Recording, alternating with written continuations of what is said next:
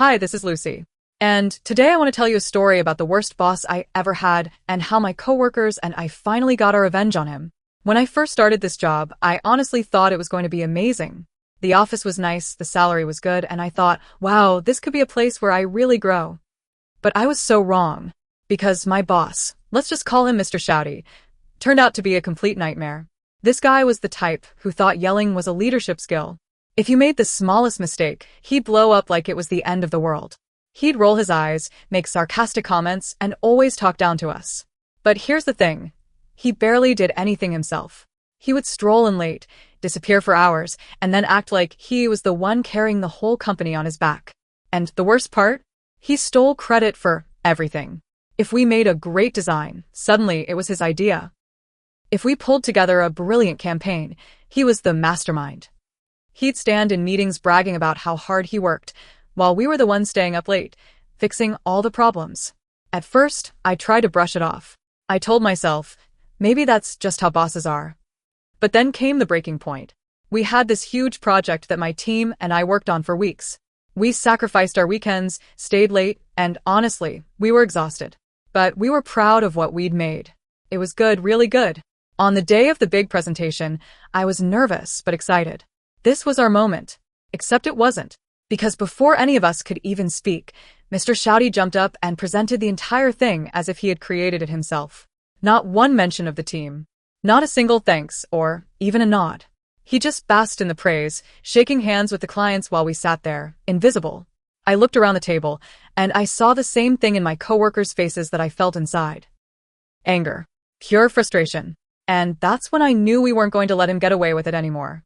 So we started planning. First, we began keeping receipts, saving emails, drafts, messages, anything that proved who actually did the work. Then, just to keep ourselves sane, we had some fun. We swapped his sugar with salt in his coffee, we scheduled fake meetings just to watch him scramble.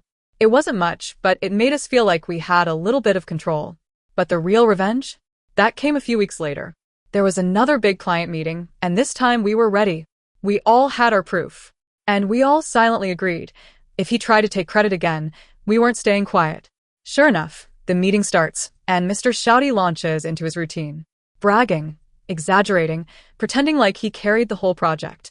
And then my coworker Sarah calmly interrupted him. She said, "Actually, I think Lucy should explain this part.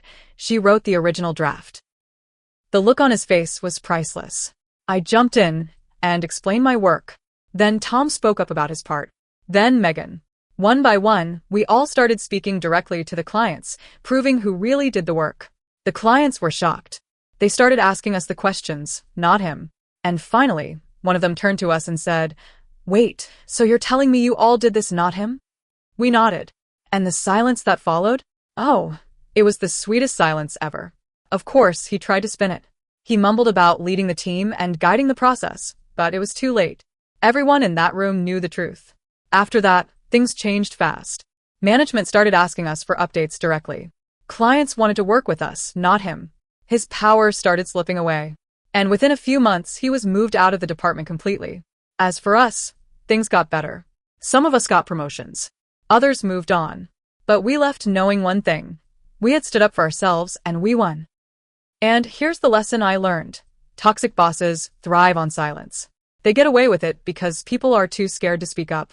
But when you stick together, when you have the receipts, and when you support each other, the truth always comes out. And honestly, that truth was the best revenge of all. So that's my story. Thanks for listening, and if you've ever had a terrible boss, let me know in the comment section.